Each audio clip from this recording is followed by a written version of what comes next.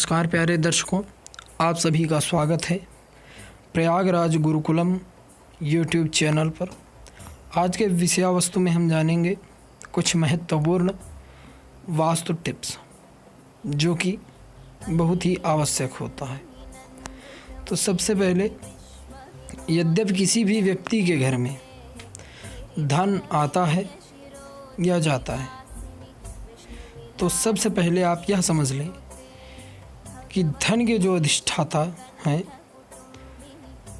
वह कुबेर और माँ लक्ष्मी है।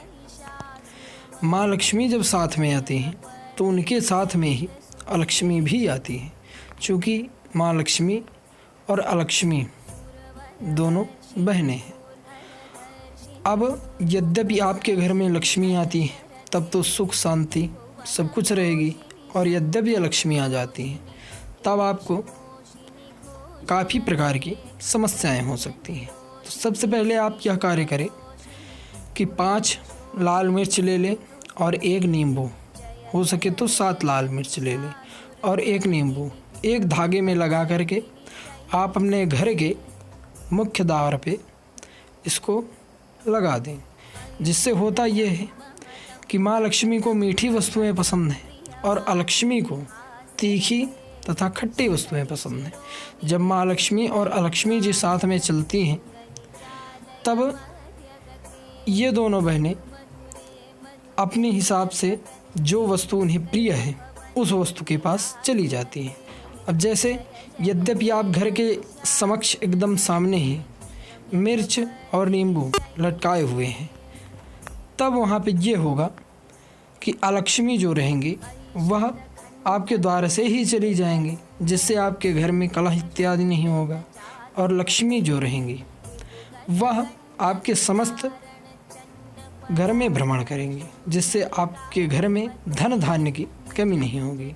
और ध्यान यह रहे कि प्रत्येक दिन घर में कुछ मीठा अवश्य बनाएं, क्योंकि प्रत्येक व्यक्ति के घर में माँ लक्ष्मी का और अलक्ष्मी का दोनों का आना जाना लगा रहता है।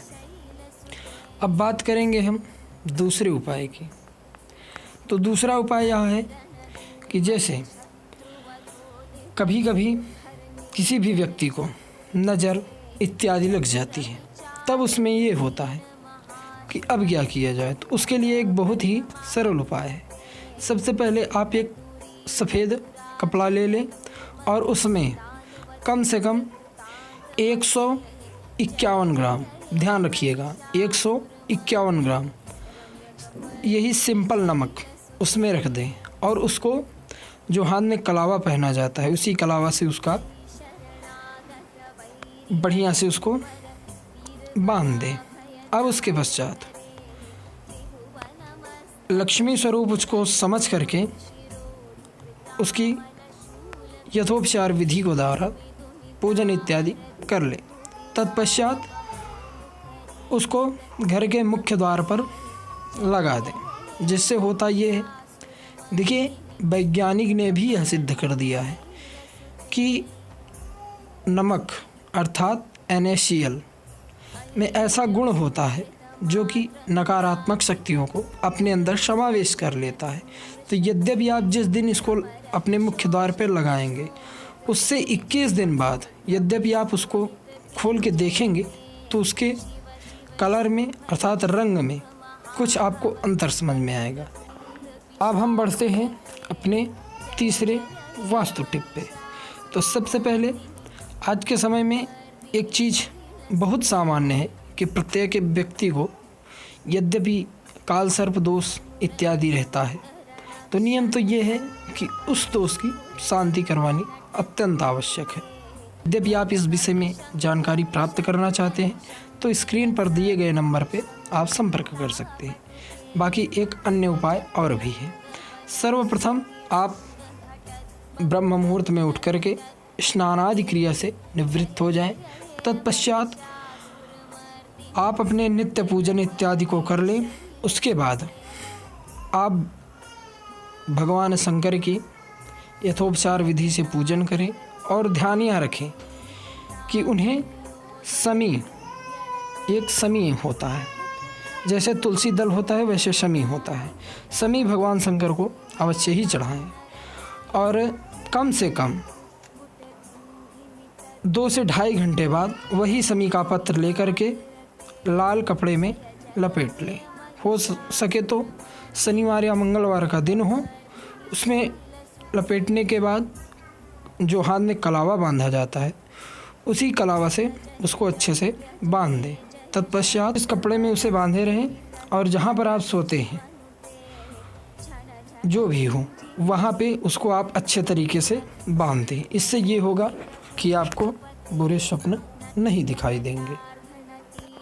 अब हम बढ़ते हैं अपने अगले वास्तु टिप की तरफ। तो देखिए, कई बार कुछ लोग ये गलती करते हैं कि आप जो नाखून काटते हैं, क्योंकि देखिए हाथ में हमारे अत्यंत शक्ति होती है, हाथ से ही व्यक्ति का भविष्य भी देखा जा सकता है। तो इस हाथ में बहुत ज़्यादा शक्ति होती है और जो हम अपने नाखून इत्यादि को काटते हैं उसको कहीं इधर उधर फेंक देते हैं। इससे क्या होता है, देखिए नख जो है, नाखून को प्राचीन भाषा में नख भी कहते हैं। ये नख जो है इस पे चंद्रमा का आधिपत्य होता है और चंद्रमा कुछ हद तक धन का भी अधिष्ठाता होता है। और इस प्रकार से यद्यपि आप उसको इसी तरीके से कहीं फेंक देते हैं तो चंद्रमा आपको बुरे परिणाम देगा। इसलिए आप जब भी नाखून इत्यादि काटें उसको एक स्थान पे एकत्रित करके उसे कहीं ऐसे स्थान पर आप रख दें जहाँ पे कहने का तात्पर्य ना तो वो किसी प्रकार से इधर उधर हो और ना तो किसी का उस पर पैर पड़े, जिससे कि कुछ अशुभ फल मिलते हैं। अगर इस प्रकार की क्रियाएं आप करते हैं कि नाखून इधर उधर आप काट के फेंक दिए तो इससे आपको धन इत्यादि से जुड़ी कुछ समस्याएं हो सकती हैं। तो मित्रों, आज की हमारी जानकारी यहीं पर समाप्त होती है। आशा करते हैं कि हमारे द्वारा दी गई जानकारी आपको पसंद आई हो। जय श्रीमन नारायण।